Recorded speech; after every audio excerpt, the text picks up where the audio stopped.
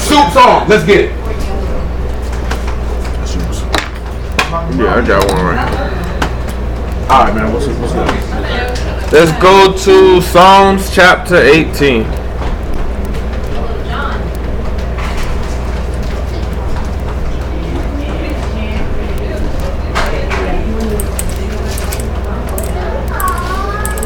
We're at Psalms chapter 18, and we're going to jump to verse.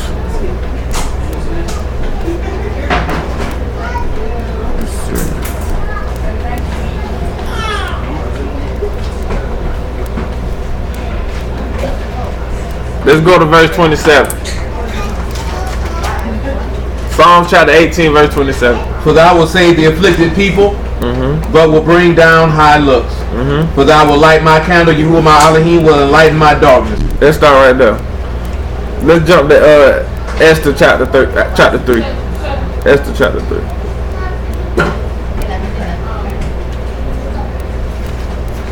So we just read, for thou will save the afflicted people, but will bring down the high looks. We're going to start with that. We talked about the people being afflicted a little bit yesterday. So it's only right that we take just a small look at it. Esther chapter 3. And let's read at the top. After these things did King Xerxes promote Haman the son of Hammedatha the Agagite, and advanced him and set his seat above all the princes that were with him. And all the Malik servants that were in the Malik's gate bowed and reverenced Haman, for the Malik had so commanded concerning him, but Mordecai bowed not, nor did him reverence. Then the Malik servants which were in the king's gate said unto Mordecai, why transgressed thou the Malik's commandment? Now it came to pass, when they spake daily unto him, he hearkened not unto them, that they told Haman to see whether Mordecai matters would stand, for he had told them that he was a Yahudim. So let's start right there. So why didn't Mordecai bow down? Anybody know?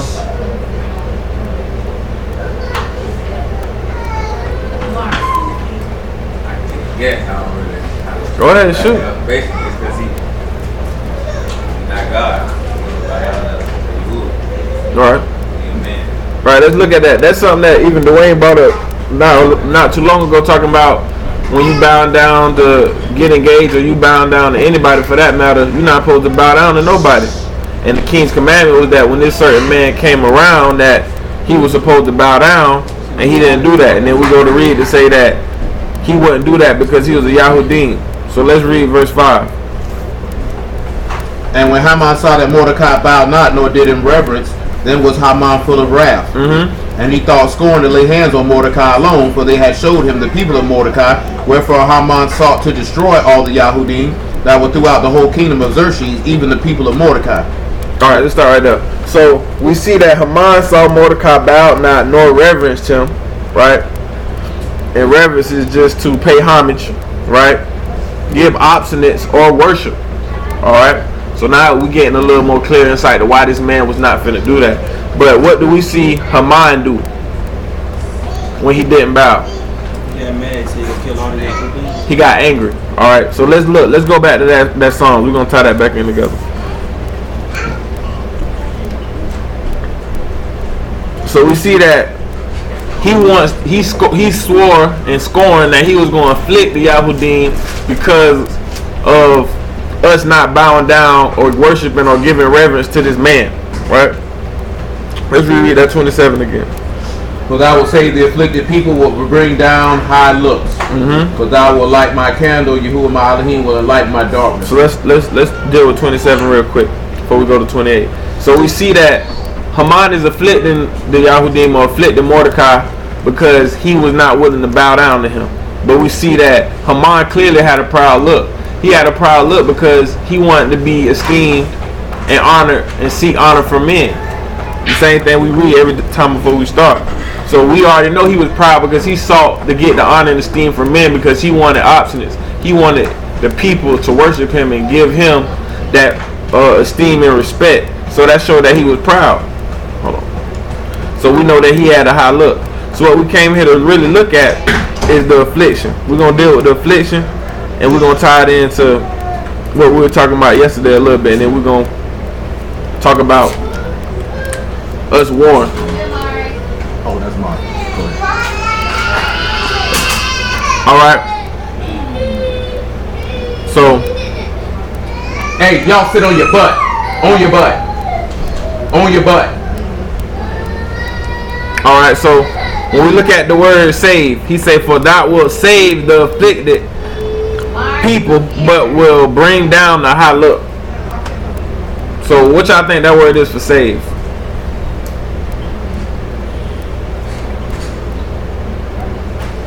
It's very easy,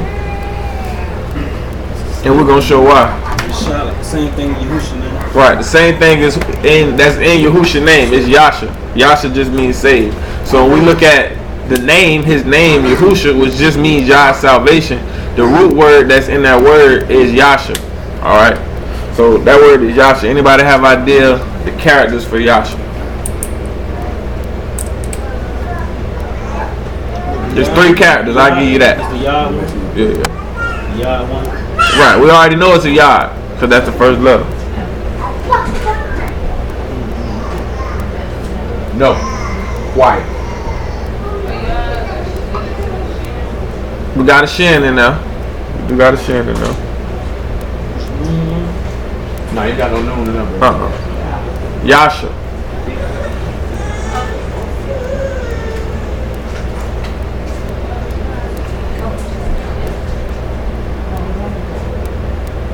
What do you think that last letter is?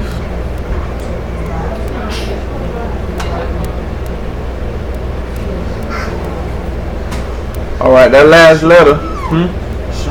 No, we already got Sean. Right? It's very simple. Let's look at the context of the word. It means save. It's spelled Y-A-S-H-A.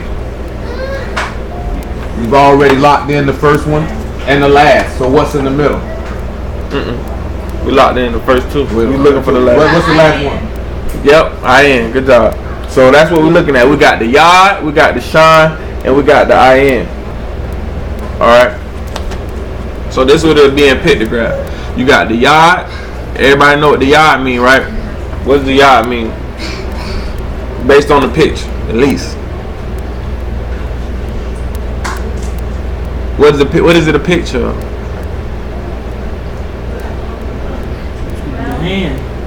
The hand, the Yod. Yeah, we read this way. So that's just the hand, right? The hand, the arm, right? And then the shine, we already know what that is, right? That's to consume or that's to destroy. And then we got the ayin. So looking at saved in the context of that sentence, when he's saying he's going to save the afflicted, what are we going to get out of that? Out of the Yod, the shine, and the ayin.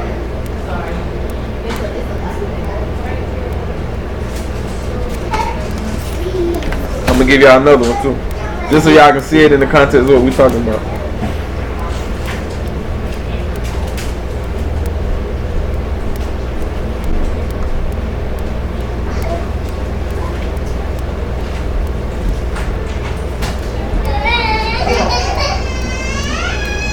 That's what you get.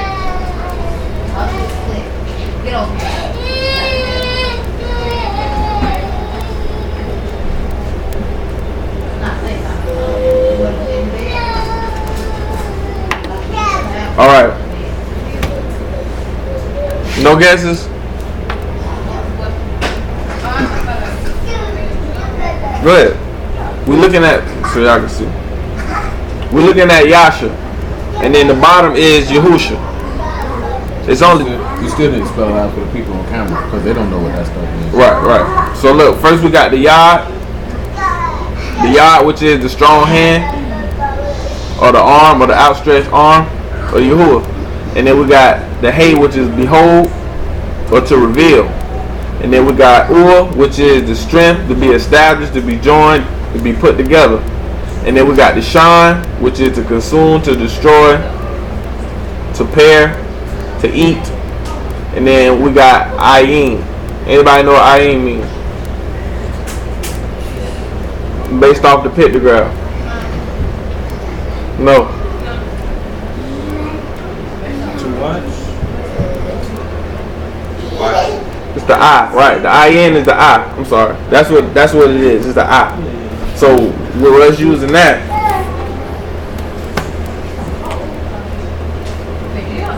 we're looking at being saved as the right hand is going to pair us to be able to be saved or be able to be joined to Him. That's what we're looking at. So us being delivered by the hand is what we're looking to be. So when you afflicted, we're looking for that hand to deliver us so that we can be joined unto Him. Alright? So I want y'all to be cognizant of these words, because as we go on, the words just going to build upon each other. We're going to go back over a lot of words in this segment tonight that we already done been through. So a lot of this stuff should already be second nature, because we're going over the same words over and over. Alright? Yeah, you wasn't ready for that. Yeah, I mean, yeah, you can write it right there.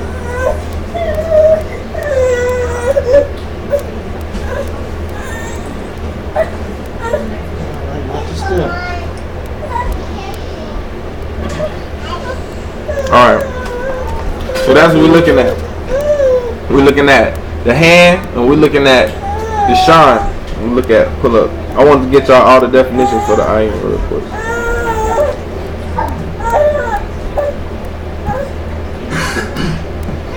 So for ayin, it is a dot in the middle. I wrote the regular circle, but you see it say an eye to watch, to know, the word, the conversion of the soul. So when we're looking at ayin, which word do you think we're going to use for that out of all those definitions when we're looking at being saved? Conversion of the soul. We can't use that, but I'm going to use another one. What you say? That's what Derek said. What about what? Said experience. Experience? I mean, you can, like we already said, there's no wrong answer. Yeah. But it's one answer that I'm looking for particularly. That you gotta have to be saved. I'm looking at the word. Okay. Yeah, you're gonna need the word. Before you even know of Him, you already know faith come by hearing. So you gotta hear the word first. You get what I'm saying? For you to be saved. So the word is saved. So when we're looking at piecing these words together, we gotta look at the contents of the sentence. So we're saying that the afflicted are saved. We know that we're going to use the word for that. So we know that we're going to use the hand, or the outstretched arm is what's going to get that word to us that we can be able to be joined. Because we're going to use join or pair for shine. We're not going to use destroy, because we know we're looking at the word is saved. So we're not going to use cut or destroy or consume or eat. We're not going to use that for the shine. We're going to use pair, because that's one of the definitions for the shine. So when we're looking at Yasha, we're looking at it like that. So when we look at Yahusha, we looking at the same thing. The outstretched arm is revealing the word so that we can be paired. And then what does the ur mean? Anybody know what the ur mean? It's similar. It's the nail or the peg.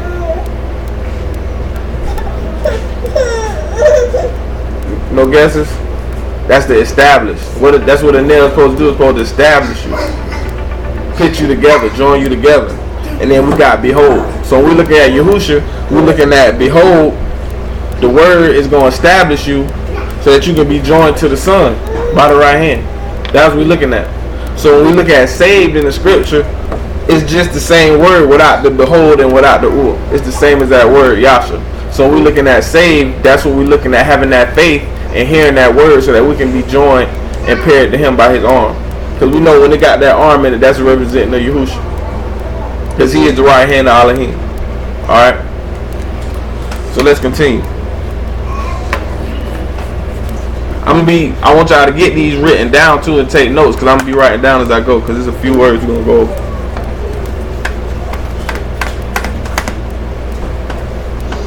Alright. So now we're back at Psalms. Let's deal with this 28. Don't reread it, just go over it. Don't be redundant. Yeah, we're good. So for the light, for thou shalt light my candle, Yahuwah my Elohim will enlighten my darkness. So we talked about this too, the light. Everybody remember what the word for light was?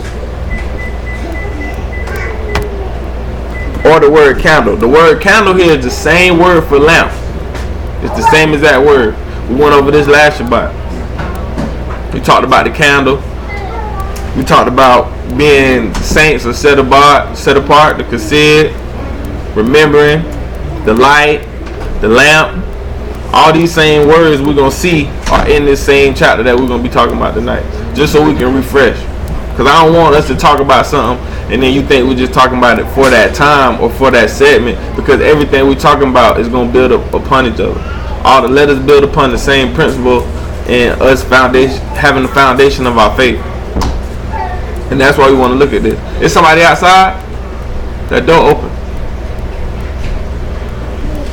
So that's why I want y'all to see that. So what was that word that we used for lamp or candle? Anybody remember? No, it's not the same as light. It's the same word for lamp. The word we use for lamp. It's 3 letters. Make it easier for you, gotta do the English word first. Nair. That was the word. That's what I was looking for. I wasn't looking for y'all to spell it out. I want y'all to just remember the words. Like, what was the word we just said save was? What was that word in English? Just saying it. Yasha. Alright, I want y'all to remember the words first. Because like he said, as you understand what the words are, you automatically be able to kind of guess what letters are going to be in it. So we said the Yasha was the Yod, the Shan, and the Ayin. So N-S-A, Nasha, if you spell it out, Yasha, that's just Yasha. So Nair, what 3 letters do we get from Nair? Just saying it in English. We know what the first letter is. Start with an N, Nair. So what character would that be? What? Noon. And then the second character would be what? Exactly. And the third character would be what? Rosh. Exactly. Alright. So anybody remember what we said for that one?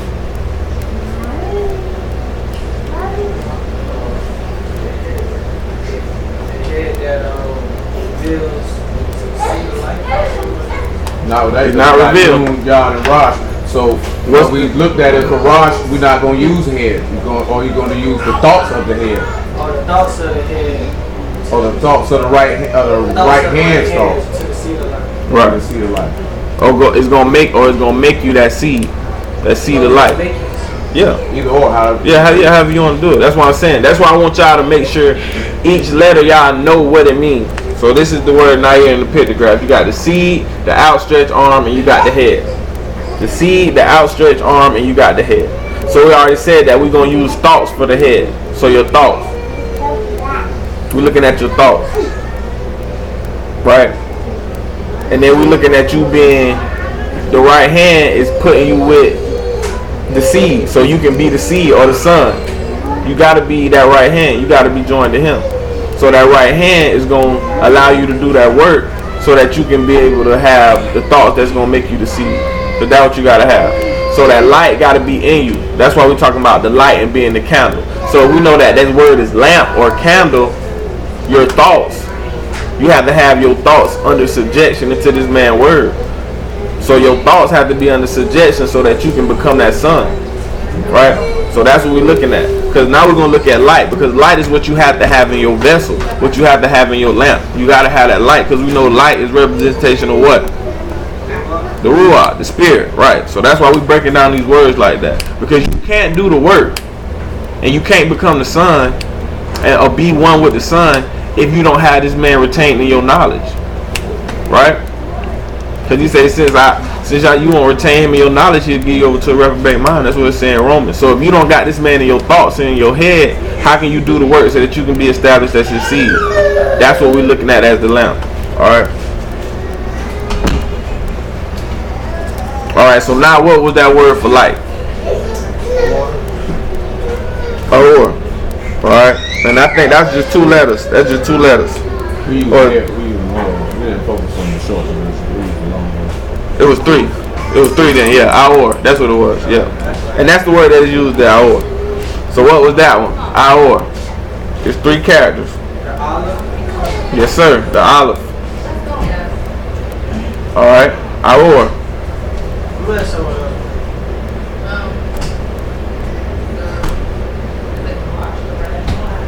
Right, that's in the end. Okay, so what we got in the middle? Our.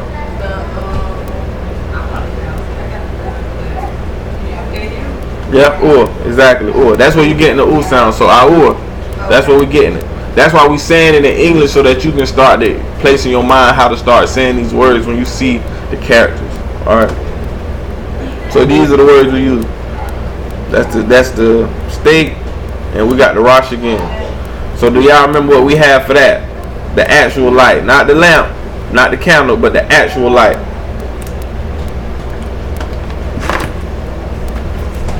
So the first thing we got is the olive.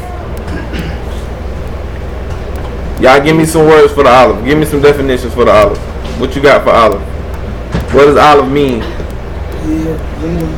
Head, leader, strength, power, father, to be taught. Right?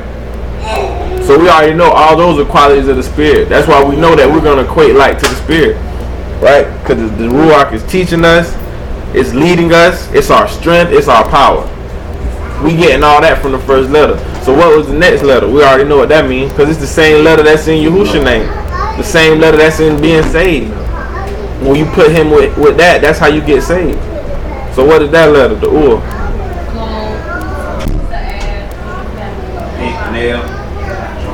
Join together to be established. Right? And then what we got for the end?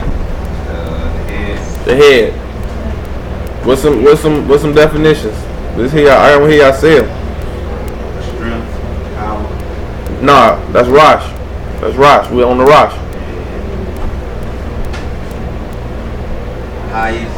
Highest. Your thoughts. First, top. Right. So now we're seeing that when I'm asking you the definitions, you have to choose out of those words which word would be best used. So we already know when we had Nair, which had the Rosh at the end, we were talking about thoughts. Right? So in here we got the olive, and we got the Ur and the Rosh. So what you think we're going to get from that? We already talked about it.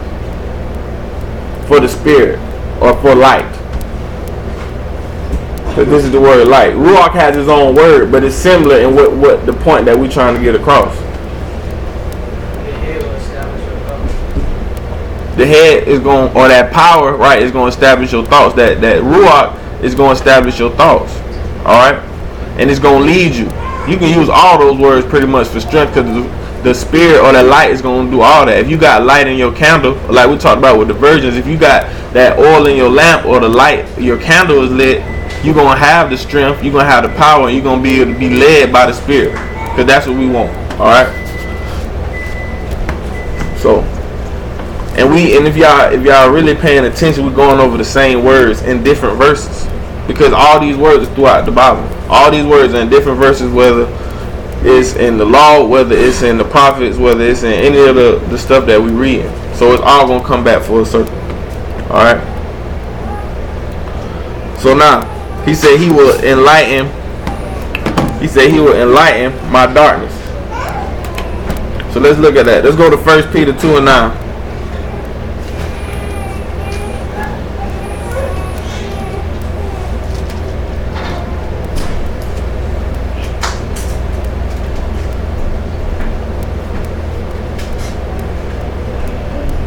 But ye are a chosen generation, a royal priesthood, a Kadesh nation, a peculiar people, that you should show forth the praises of him that who have called you out of darkness into his marvelous light. Alright.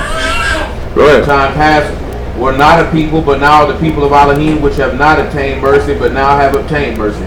Dearly beloved, I beseech you as strangers and pilgrims, abstain from fleshly lusts which war against the soul. Alright. So we see that it's saying that we are chosen, we are holy, right?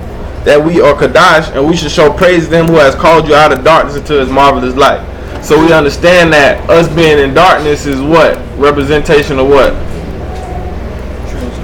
Us being in sin, us being in our transgression, because we was dark. We didn't have no light. We didn't have this man word. We didn't have this man in our thoughts. We did what we wanted to do. Alright? So then when we drop down, it say, I beseech you as strangers and pilgrims, abstain from fleshly lusts which war against your soul. So now we're looking at how us being able to be saved is going to transfer into us having him in our thoughts. Because guess what? We know we in our flesh, so we're going to have those fleshly thoughts and we're going to have those fleshly desires, but they have to be brought up under subjection. And that's what we're saying. For you to be able to have this man in your thoughts, you have to purge those things out. Because that's how people end up back in darkness, because you're actually acting on and you actually are going forth and proceeding to try to do those things that's coming to your mind instead of using the word to block them out. Because that's what we talked about being saved. You saving your own flesh because you are using the word to combat your flesh. If the word is in your mind and in your thoughts, when these thoughts or these lusts of your flesh come up, you should be able to combat them with this man's word. You understand what I'm saying? And that's why we're looking at it warring. And that's what we're going to look at when we go back to Psalms. So let's go back to Psalms 28. Or 18, I'm sorry. Then we at verse 28 or 29. Matter of fact, let's jump down to Psalms chapter 18, verse 34. He teach my hands to war, so that the bow of steel is broken by my arms. Thou hast also given the shield of thy salvation, and thy right hand hath holding me up, and thy gentleness hath made me great. Alright, so let's start there. So we see right here, he teaches my hands to war. Right? What's that word for teaches?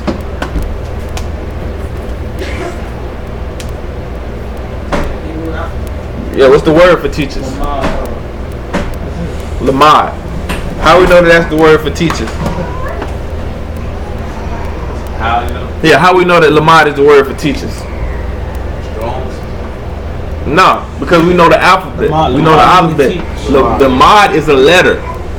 Lamad is a letter. It's also a word that means teach. So that's why when I'm asking y'all what does noon mean in the text, it's not just a letter, it's a word. So if we know that Lamad is a letter, how do you spell Lamad? You already know it's going to start with the letter that it is, because that's the word. So we know it's going to start with the L or Lamad. Alright. So for Lamad, where we go? The Mem. Alright. So let's get the definitions out. Let's get the definitions out for the Lamad. Let's start with that. Because it's still a definition to that word. It's not just teach. It means other things too. Yoke, bind to God, discipline. What'd you say? Say it louder. Yoke, bind, protect, God, discipline. He said yoke, bind, what? Protect, God, to discipline. Right. So that's what teach means. Right? So when we see the word teach or we see the word Lamad, we know it should encompass all those things. Right? It should encompass you being disciplined. It should encompass him leading you, him teaching you, him protecting you, him guiding you. So when you look at teach, that's what you should get out of that. Right? So this is it in pictograph. You got the Lamad or the staff. And then what was the middle one? The Mem. And what does Mem mean? What we got for Mem? Blood, water, chaos, mighty, exactly. And what we got for the last letter for Lamad? It's the last letter. Dalet. The door. Right. So what we got for Dalet? Entrance, door, to go back and go forth, to hang, to dangle. Alright. So that's what we say he's doing. So that's Lamad. So even though we know that's a letter, we know that we can get many meanings out of that, because we know we want him to protect us or teach us how to war. We're going to still read that in the chapter. That's what we want him to do. We want him to protect us. He wants us to lead us. We want him to teach us all these things that we're looking for in the spirit. One time, go ahead. What that is? What is it? The first character. No, I mean, what is it? Like, literally, what is it? Yeah. The staff. Why is that important? Because staff is a tool to guide the sheep. So why is that important according to the text? Y'all know what I'm talking about. Psalms 34, the rod and that staff shall come. That's why that's important. Go ahead. Exactly. I was definitely going to get into that. So we know we're looking at that. When he's teaching us, we got to look for him to instruct us in what we need to do. And if you Okay. So if you not getting guided, you're not getting disciplined, we already know it say that if you're not getting chastised, you're not a son. So that means he's not really here. You a bastard. If you're not getting leading and you're not being guided by that staff. And you should want that rod and that staff to comfort you and guide you and to lead you. And a lot of the reasons that we not able to follow this man and obtain this man's spirit is because when he's there to try to discipline us and lead us and hit us with that rod, we rebel against it. We go back against it.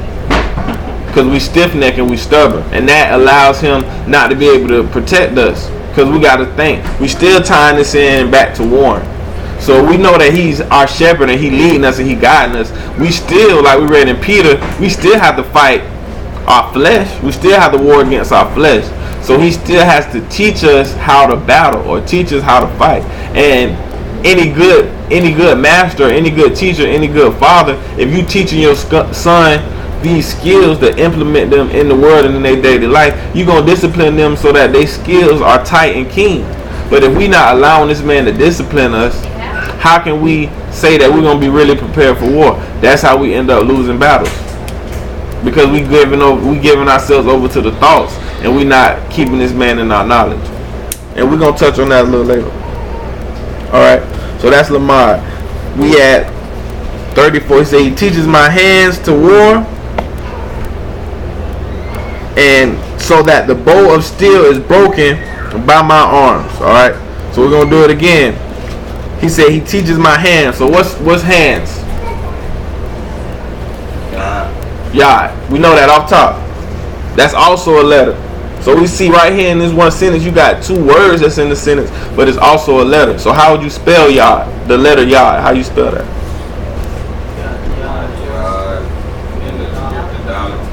Right.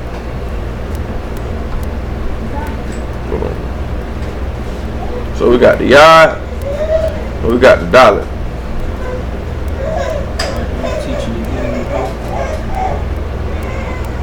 Right? Yod and the dollar. So let's run down the Yod. What's Yod? Leader, teach. That's not leader.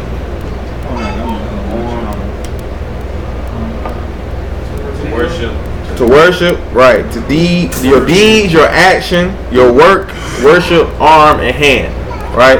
And then we just went over the door. The door is just a tent entrance, a door to move, and to go back and forth, to go in and out of. That's the door. All right. So what are we getting out of these two characters? We saying that this is the hand, knowing that Yahusha is the right hand. What are we seeing in this? The right hand revealed to the door. We're not gonna use reveal because it ain't got the hay in it. You know what I'm saying? What you say? Right hand is the entrance. Look at it again. You looking at this here, and this is a door. Out of the definitions that he just referenced, what is going to get you in this door? We got arm, hand, to work, actions, worships, deeds. The work is going to get you. That's how you look at it. Right. Your works or your actions or your deeds is what's going to get you to the door. You reap what you sow. You understand? So your deeds is what going to determine whether you're going to be able to get into that house. And what's your deeds driven by? The number one thing we've just been talking about. Your thoughts. Your thoughts. Because if you think about wickedness, your deeds are most likely going to be wicked. Because that's the war you fighting every day. And that's what I'm trying to get y'all to see. So if you fighting that day-to-day fight against your soul, your thoughts is the main thing that you're going to have to bring up in the subjection. Because you don't bring them into subjection, they're going to manifest what? Deeds. And if your deeds or your works are not works of righteousness, you're not going to get into the door or the gates of Shamayim. You're going to get into the door. And we know what door that is. It's going to lead to destruction. It's going to lead to hell. It's either one or two ways. That's why it's neutral. Whatever your works and whatever you do is going to depend on what door you walk through. Alright? So that's what we're looking at. So every letter, every character, every sentence is going to point at what we need to do. That's why we just taking our time to just look at how one verse can show you so much insight on what you need to do. Alright? That's why we're trying to take our time to learn this language. So he say he teaches my hands to war, so that the bow of steel is broken by my arms. So when we look at that, what's the bow of steel that need to be broken? When you think about steel, what you think about? And it's saying that bow of steel need to be broken by my arms.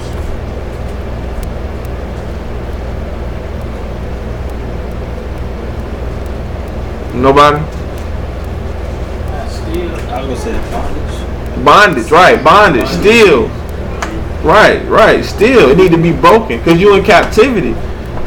He got to teach you. He got to teach you what you need to do to break the bonds, to break the bands, to break the yoke of bondage that's on you. He got to teach you how to do that. You understand? That's what he's showing you. He teaching you how to war. Because if you're not able to war, how you gonna break the bands? How you gonna break the things or the strongholds that got you in bondage? Because let's go to Deuteronomy. Let's go to Deuteronomy 30. Matter of fact, let's go to Deuteronomy 28.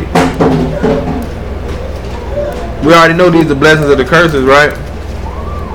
What was one of these curses that he said? If y'all remember,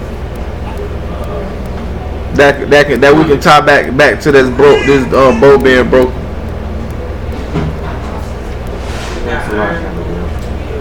What'd you say? Iron or yoke around your neck. Yoke of iron around your neck, right? It's another one too. I thought I heard one of y'all said. It said the heaven that is over you shall be brass. Right. So we're looking at the similitude of that being us having to break that sin in that curse, because we know all the curses just coming from sin. You being disobedient to this man's word. Let me get that verse so y'all can read it. No, Kim. 3 is the heaven. Brass. Yeah, Deuteronomy chapter 28:23. And thy Shamahim that is over thy head shall be brass, and the earth that is under thee shall be iron. Right, so we're looking at that because guess what? You're going to be in bondage here on earth, because we know that this earth is not his dominion. We know who got dominion on the earth. So if you serving your flesh, what's above you and what's below you, the dust and the earth that you walk on and the sky that you're looking at, is going to be your prison, it's going to be your bondage. Because you mind earthly things, that means you are a slave to the earth. You are a slave to your flesh, because that's all that's a representation of. That was the curse. Because he who commits sin is servant to sin. That means you a slave to sin. Your prison is earth. That's going to be destroyed. So if you stay in that prison and you don't break that bow, you don't break that bonds, you don't break that steel that got you in bondage, how are you going to be able to inherit Shamahim? Because it says Shamahim coming down from the sky. He going to bring a new heaven, new earth down and destroy this. So everybody who is still encaged and still in bondage to this earth and still serving sin, they're going to be destroyed. So he had to teach you how to do that. He had to show you how to war, and so you have to learn of him. And in that process of learning, like we seen with that Lamar, you have to be able to take that discipline. You can't harden your heart to this man trying to teach you and trying to guide you and trying to get you to where you're trying to go, because you're going to end up serving your flesh every day. You're going to end up going back to that every day. Alright, so let's go back to Psalms. Matter of fact, let's go to 2 Corinthians first. Let's look more at this war, and then we're going to go back and touch on some other stuff. Let's go to 2 Corinthians chapter 10.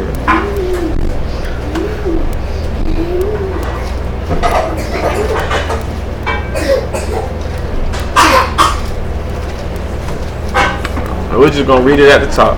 Now I, Paul, myself beseech you by the meekness and gentleness of Mashiach, who in presence and base among you, but being absent bold towards you. But I beseech you that I may not be bold when I am present with that confidence, wherewith I think to be bold against some, which think of us as if we walked according to the flesh. For though we walk in the flesh, we do not war after the flesh. For the weapons of our warfare are not carnal, but mighty through Elohim to the pulling down of strongholds. Right, start right there. So we're talking about breaking that bow. We're talking about the pulling down of strongholds, the things that got you in bondage. But before we even go deep into that, what you think it mean when they say, I beseech you by the meekness and gentleness of the Mashiach, who in presence am based among you, but absent and bold towards you. When y'all think about the gentleness and meekness, what y'all think about? What should be the first thing that come to your mind? We can take that one, but it's a certain thing I'm looking for, tying it back into that light and us having that in that yard, showing how our works or our deeds is going to get us into that door.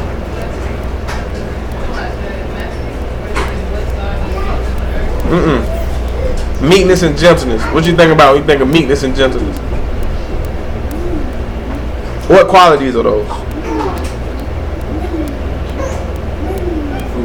Fruits of the Spirit. Because then we talking about deeds. What you supposed to be doing.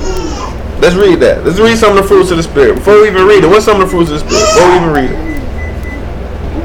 Love, joy, peace, Meekness. Gentleness. Let's read. Let's go to Galatians. Galatians chapter 5. And we're going to come back to it. Because you have to be, it's the same thing he talked about, talking about the gifts of the Spirit. You have to be desiring these things. So when you thinking about these things coming into your mind, we talking about your thoughts. Your thoughts should be on having peace and long suffering and temperance and gentleness and goodness.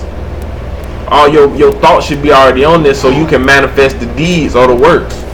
Because this is what you should be manifesting. If we say we seek in the Spirit, we're supposed to be manifesting these things. Alright?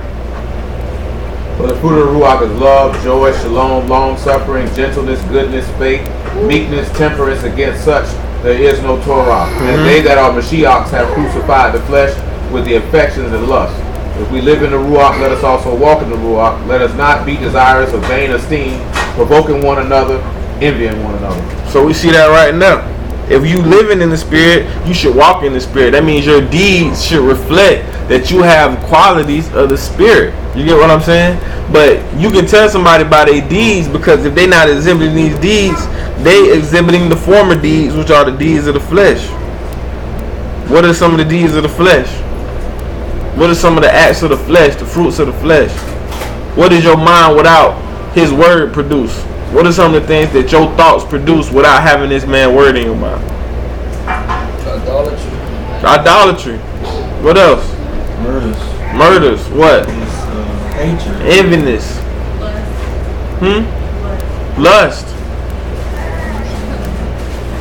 Emulations, variance, wrath, idolatry, filthiness, uncleanliness. All this is what your thoughts going to produce without having this man's word, without having this man's spirit in your heart. So you got to think, what deeds are you producing? What fruits are you producing? What actions are you producing? You got to look at yourself. Are you producing any of these things? Let's read it. Envyings, murders, drunkenness, revelings, right? Adultery, fornication, lasciviousness, witchcraft, variance, strife, seditions, heresies. We done went through these words so many times, but are you exhibiting the fruits of the Spirit? Or are you exhibiting fruits of the flesh? Because that fruits works. On the flesh, ain't no fruit for that. Well, yeah, works. I'm sorry, you're right. The works, or the deeds, or the actions, because that's what those are. So this is what we're looking at. So when we look at that, and then like I say at the verse 24, they that are in Christ, or they that are Christ, have crucified the flesh with the affections and with the lust. So that means the thoughts or the vain things that your flesh might be desiring, they should be crucified, they should be dead. And it should be nothing but the word that's blotting out those things in your mind, blotting out those thoughts, blotting out that wickedness, so that you can produce those fruits of the Spirit.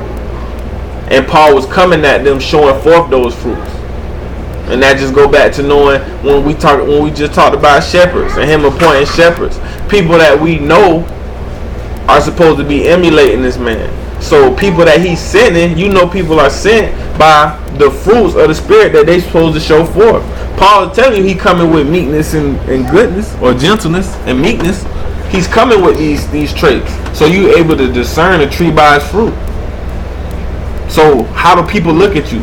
Do people look at you as somebody who exhibits these fruits, or somebody who has these qualities? People have to see that in you. They have to see that in you already. And guess what? If your thoughts not right, that means your actions not going to be right. That means no one's going to see any light in you. And that means you never going to get the Spirit. And that's what we're looking at. So let's go back to, who's that? Corinthians. Let's go back to Corinthians. Because we're supposed to be casting down these things, or crucifying these things, or killing these thoughts. And the only way you can do that is through the Word. And we saying the Word, but what you got to have before you even start to read this Word, you got to have faith. That faith come by hearing. So as you hear the Word, you have to really believe it. You can't just be in here, coming in here day after day. We learning this, we learning that. Do you really believe it? Do you really believe that you can be saved? Do you really believe that you can have these characteristics, these traits? If you don't really believe it, you might as well just stop now. Because you got to have that first. Other than that, you just listening to the Word and it's not doing nothing for you. You doing it because you feel like it's the right thing to do, but are you living right? And that's what we got to hold each other accountable to. And a lot of times I see that a lot of times everybody is not open to that criticism. Everybody not open to trying to get there. Because if we supposed to help each other get there, we all been there. Because he just said he called all us out of darkness. Wasn't nobody in here blameless or perfect. And we're going to read that and we'll go back to Psalm. We weren't perfect from the beginning. He called us out of darkness. So all of us have had flaws. All of us have sins that we all had to work on to get where we at to this point. So it should be no reason that nobody can't take constructive criticism, especially when the Word is bringing everything we seeing coming forth out of this Word. You should want that discipline. You should want him. You should want that correction so that he can make you like him and make you right. That's what you should want. You should welcome that. You should count that a joy. The same thing as say count it all joy when you go through the temptations and you go through the trials. Because it's not doing nothing but perfecting you and making you a son. So we got to look at that. Alright, let's read down. We back reading about these weapons. And we don't war against after the flesh. We at 2 Corinthians chapter 10 verse 3. For though we walk out of the flesh, we do not war after the flesh. For the weapons of our warfare are not carnal, but mighty through Elohim to the pulling down of strongholds, casting down imaginations and every high thing that exalts itself against the knowledge of Elohim, bringing into captivity every thought to the obedience of the Shia. Alright. So look, it say casting down imaginations and every high thing. We can tie that back to what we started with. He said he gonna save the afflicted. But what about them with the high looks? You're gonna bring them down. You understand? So all the things in your mind, because that's imaginations, what's in your mind, your thoughts, right? They gonna exalt themselves against the knowledge of Elohim. You're gonna be proud. You're gonna be proud. You're gonna puff yourself up, and that's what allow people not to be able to take criticism because you're proud. Because what? Pride come before destruction. A high look come before you getting brought down to the ground. Because anybody know what happened to Haman? The one who was proud and wanted everybody to bow down to him and want all this respect from men. Anybody know what happened to him?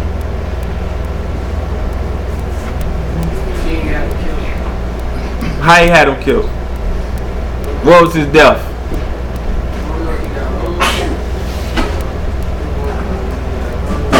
Got home. Got home. So you gotta look at that. It's the same thing. So not only him, all his children too. Definitely. All his sons, all 10 of them. So when we're looking at this, it's showing you how these patterns of behavior lead to these results. It's no secret. There's no secret how people gonna go to hell. There's no secret how people gonna be saved. It's black and white. You don't exhibit the characteristics of the spirit. You proud. You have a high look. You exhibit the works of the flesh. And that go back to what we were talking about with somebody being wicked and somebody being a sinner. Because a sinner, we talked about just transgression. You fighting this day-to-day battle and you warn and you might lose a fight. One day you might slip up and do something that you know is in transgression. That don't make you wicked because you're not in a habitual state and your thoughts and everything you think about is wicked. You just lost the battle. right? You lost the battle. But you gotta understand, being perfect and being complete is what's gonna enable you to have flawless victories. Flawless victories. Not here and there, not I'm seeing progress, but flawless victories all the way around the board. Your mind is automatically shooting things down. Anything that come up in your mind shooting it down, because you got word to combat it. Not only do you got word to combat it, we showing these examples so that you can see other people have done it. You're not the only one that been through it. This man went through it from the day he came on the scene to the day he died.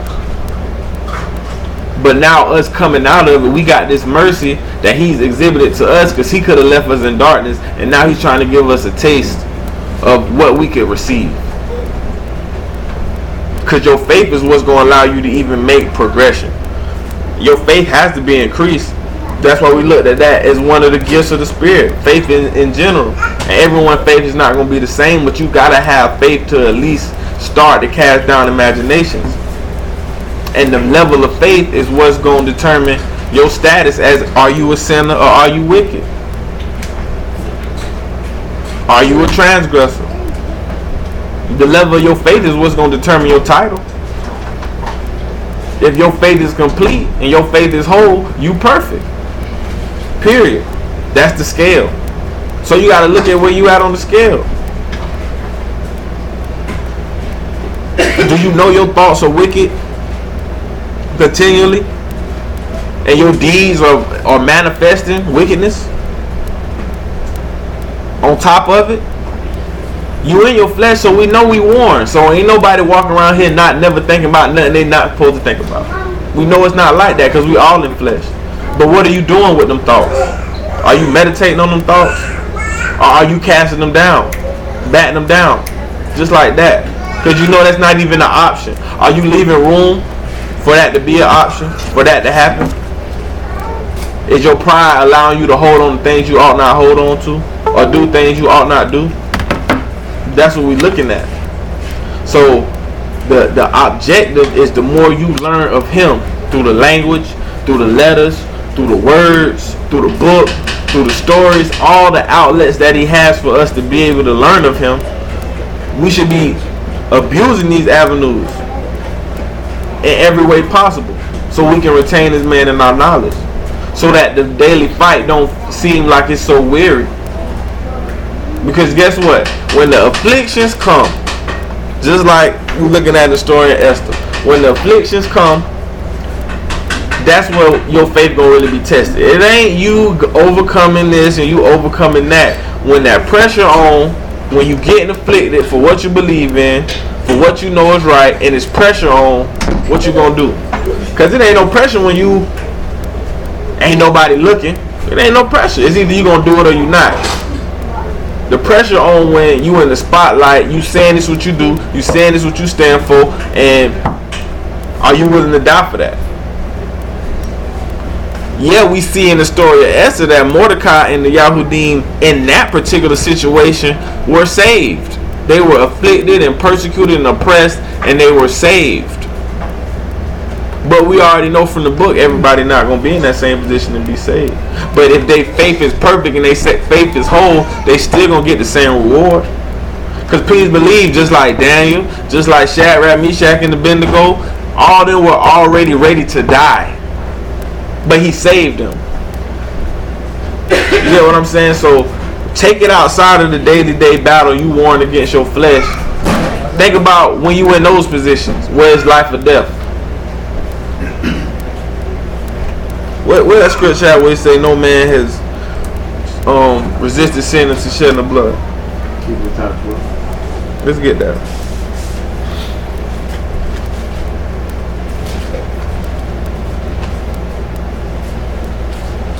Oh yeah, by the way, we're having a meeting when we're finished.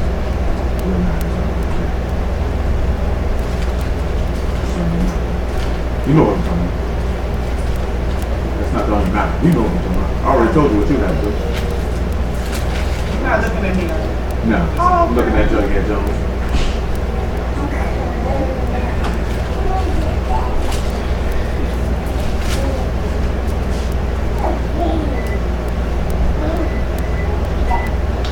Looking unto Yahushua, this is 12 and 2. Looking unto Yahushua, the author and finisher of our faith, who for the joy that was set before him endured the stake, despising the shame, and is set down at the right hand of the throne of Elohim. For consider him that endured such contradiction of sinners against himself, lest you be wearied and faint in your minds. You have not yet resisted unto blood, striving against sin. Boom. Because this is what Mordecai was willing to do. In front of the market, in front of all the people, I'm not finna do that. You get what I'm saying? That's why we looking at it. If you already know in your mind that you getting weary when you on one-on-one ground with yourself and with your own mind, what you gonna do on the big stage? Because that's when the sacrifice is made. We already know that you being saved and having that sacrifice, that's what's gonna get you in there. We always talk about that. We talk about remembering him. You gotta remember that sacrifice that he made. And you gotta be willing to make that same sacrifice. If you're not willing to make that same sacrifice, what are you doing it for? That's what we're looking at. So we looking at stories of people who were godly, who were righteous, and they resisting sin unto death, and they willing to die by what they believe and why they doing what they doing. So if you ain't willing to die to your simple lust and stuff that you want to do, what about when it's life or death and it's only one choice? Choose life. If you're not choosing life or choosing righteousness now, and you choosing death here and there, how you gonna be saved? That means anybody in this room, if you haven't submitted at least to that extent, that means you can't be trusted. That means you not loyal. That means anybody in who faith is not where it's at could rat anyone else out. Cause that means you ain't even stood firm. That means you can't be trusted. That's how you gotta look at it. And we know it's gonna be like that. And you gonna be in the presence of sinners.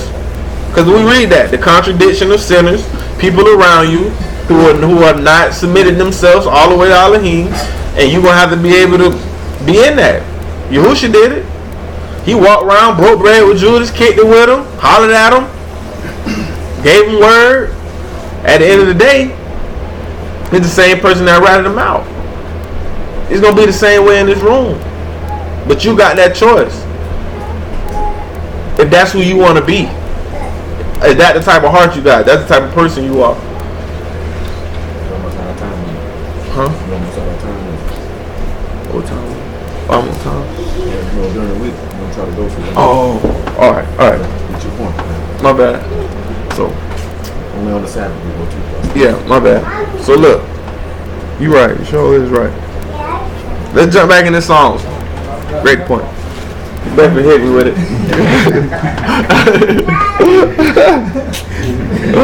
Hey, hold on. Let me finish. I'll let him keep going. Let me hit this Hebrews 12. Let's finish it real quick. All right. We can't drag him during the week like that. Yeah.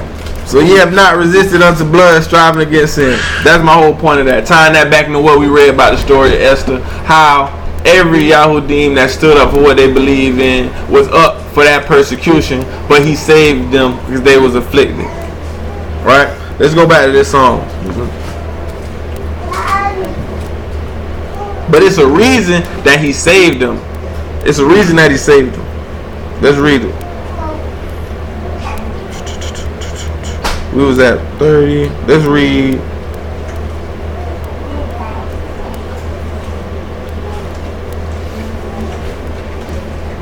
I'm sorry. Let's go back to 30. As for Elohim's way is perfect. The word of Yahuwah is tried.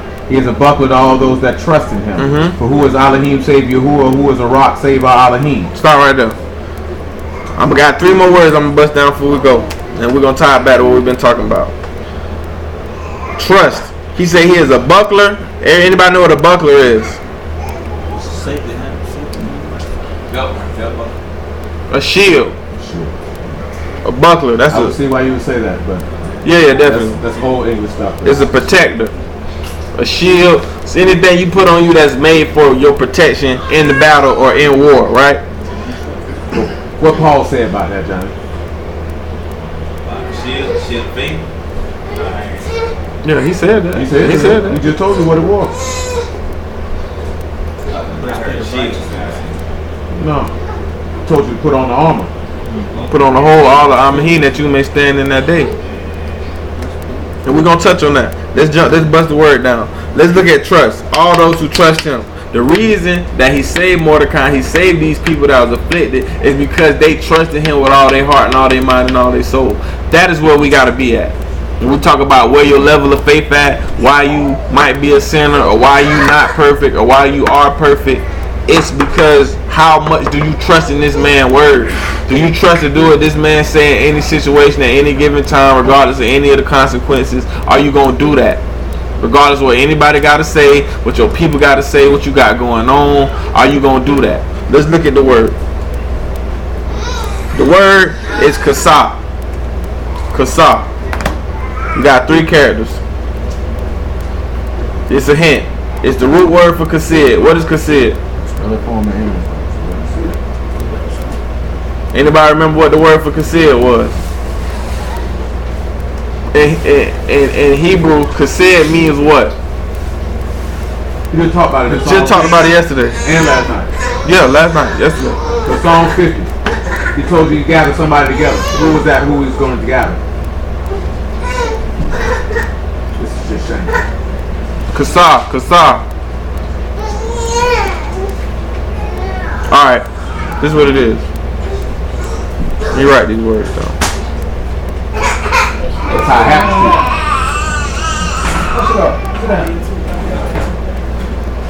Kasid was the word for saints. Saints, right. Kasid is the word out loud. It doesn't matter. Y'all have to stop being concerned about if you're wrong or not. Because 95% of the time, you're probably correct. You know what I'm saying? We're not in high school where somebody's going to laugh at you because you said the wrong answer. You know what I'm saying? It doesn't matter. You know what I'm saying? You have to have confidence enough that you know what you believe in and that you're correct. When you're holding back, that shows a lack of confidence and the firmness of you retaining the information. You know what I'm saying? Nobody in here, if you serve Yahuwah, not a single solitary person in here can lack confidence in anything in life, ever. Let's bust it down. So we were saying kasid, but this word is kasar because it's really just the root word for it. And the word in the text was all those who trust him. What makes a saint a saint? Huh? But what makes them that? Why are they a saint? Or why are they a kadeshim or a kasid? Remember what were the characters? It was a Kad and what else? The Samak and what else? The Yard and the Dollar. So what was making them separated? Right hand. No. Not in those characters. Because the Kad said they separated and they had the Samak. What does the Samak mean? Let's look at the characters. What does samak mean? What are some of the words for samak? There was the support. So then if they've got the yod in it, what does the yod mean? You can't use right hand here. The work, it was the actions, is what separated them. That is what will separate them. Right. If you don't have the actions, you will not be separated. You just a nigga with a Bible in your hand or on your phone. That's it. Everybody got Bibles in their house, don't they? A lot of people got Bibles on their phone, don't they? So just having that means absolutely nothing. Some of y'all have Bibles in your phone and still went and saying knowing it was on your phone. They ain't stopping. Going back to it. Now we're looking at kasal. What's this? The root word. The whole root of the whole thing we grabbing from this. What does the verse say? The verse talk about what? No, what is that verse in particular? What is he doing for those who trust him? What is he doing for those who trust him? He protecting them. He they shield. What is the words for samak? Samak is the middle letter. That's what's tying this all together. What are the words for samak? Support, protect. Right, to support, to protect. He just said he is shield for those who trust him. This is the word for trust. So when we look at kasid, Those are the people who trust him, or those are the people who he covers or he protects or he supports because their actions are with him or in him. They're doing the work so that they can be covered and protected and supported. Mordecai was covered. The Yahudim in that time, they was covered because indeed they separated themselves from them people. What's the first character? Kai. What does Kai mean? Separate. So we see that the trust and your faith, that's what I'm telling you. What's separating you from a person that's perfect and a sinner is your faith. What's separating you from being protected and from you being able to overcome your sins? Your faith. Because if you're not exhibiting the works, that's the middleman. Faith without works is dead. How you saying you got faith but you working iniquity and you working unrighteousness and your thoughts are unrighteousness, your deeds are unrighteousness, you're not getting into the door, you're not doing the work, you're not letting them lead you, you're not letting them teach you, you're not letting them guide you, you're not letting them protect you because you have to do what you want to do. That's what we're looking at. So those who trust him are those who have separated themselves. Now they're getting protected, right? That's what that is. That's what that trust is going to do because it's saying, behold, you is separating and he's protecting those. That's trust him because that's the word. He is separating us and protecting us because all the hate is just behold. Or he's revealing. That's all it means. So we seeing that. So the kasir are those who are separated and supported. So when we go back to the verse, all he's saying is he gonna look out for them people who go ahead and separate themselves off top. Because that's what Mordecai did as soon as we read. He said that boy stepped out in the market. He wanted the people to bow, and he was like, clearly everybody was on their knees, and he was standing up. He was separated. How it's supposed to be not. Everybody doing what they want to do. Everybody living their life, but we not doing that because we separated. And now that we showing that work, he's gonna cover us. All right, let's keep reading. I got 2 more words to do, and we done. It is Elohim that gird me with strength and make my way perfect. He make my feet like hinds feet and set me upon high places. He teach my hands to war so that a bow of steel is broken by my arms. Thou hast given me the shield of thy salvation. Thy right hand hold me up, and thy gentleness have made me great. So start right there. This is what I wanted to hit on. It's 2 words, and all these words that I'm doing, these are words that we've done before. I'm not introducing nothing new. All these words are done. These are the last 2 words. What's the word for perfect? Tibra, Shayla, Lisa. Okay. Tam or Tom. What's the characters?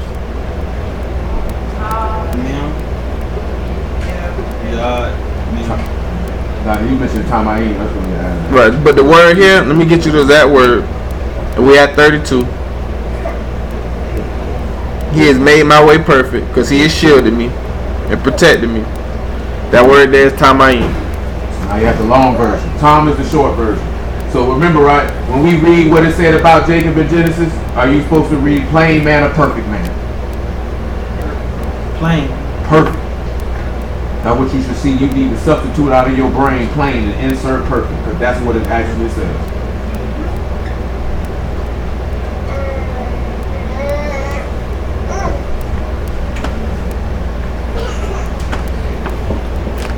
So we got Tamaim. 4 characters. What's the first character? They already said the first one. Top. DJ said top. Right, and then the middle. So we got to understand what this means because we done been over this. The reason that we pointing this out, I'm showing on the camera, the reason that we pointing this out is because it ties into the same word that we went over about the weight. Y'all remember the word for way? Mm-hmm. What's the word for way? Clearly nobody remembers the word for way. The rock. The rock. Correct, sir. Yes, sir. What characters will we get for the rock? It's spelled D-A-R-A-K. That is correct, sir. That is correct. The rock. Yes, ma'am. Yes, ma'am. Got one more? You got one more? Yeah. The rock. D-A-R-A-K. The rock. No, not Kuf. You close now. Other K. The K. The other one is a Q. Kaf. The Kaf. The Kaf, palm of the exactly. hand. And if you remember, the message was the way to the highest that covers sins. The way to the highest that covers sin. Because that's how you get into that door. So these are the two words. The first one is Tamayin, or perfect. Or perfect one. And the bottom one is Dara. So we got that door, we got that Rosh, and we got that palm. And that's what we're looking at to be perfect. Because to be perfect, you got to go in that way. You got to go into that way of perfection. You got to go down that narrow path. Let me ask him a question. So you already said perfect ones, plural. Which one of them characters makes you a perfect one? It's one character in particular. If you consider in way, and you consider that this is what makes, because remember when we talked about Tom, it was just these two. Now you have four. So which one of these characters on this board is inserted and allow you to be able to become a perfect one so that you can have the way to the highest that covers sins? The Yod. Now, what is it? Go ahead. Now Yahusha has been inserted. No, it ain't the staff. And what does Yod mean? We just talked about it. Yod is the right hand. Huh? The work. The Right. work of the right hand. Right. Because the Yod, when we looked at, because we looked at Yod, that's why I wanted to end it with this. We looked at Yod because Yod is two characters. What two characters? The dollar. Yod and the dollar. And we said Yod means what? The work you need to do or actions you need to do to get into the door. Right? Mm-hmm. So for you being perfect, that means you have to be in this way. You got to be in this way. The way that's going to lead you to the highest. Because we know it's one path and it's another path. Let's read it. What chapter is it, Matthew? 7 and 12. And we're going to start right there. 7 and 13. 7 and 13. Let's read it. Enter ye in at the straight gate, for wide is the gate, and broad is the way that lead to destruction, and many there be which go in thereat. Mhm. Because straight is the gate, and narrow is the way which lead unto life, and few be there that find it. So boom. We already know if your works are not in righteousness and your thoughts are not in righteousness, the way that you're going is not going to be in the way of the highest, and the work that you're going to be doing is going to get you in that door that leads you to hell. And if your works are right and your heart is pure and your faith is where it needs to be, the works that you do is going to enter you to the highest so that you can get your sins covered and to get eternal life. All right, praise the Lamb. First and foremost, let's give a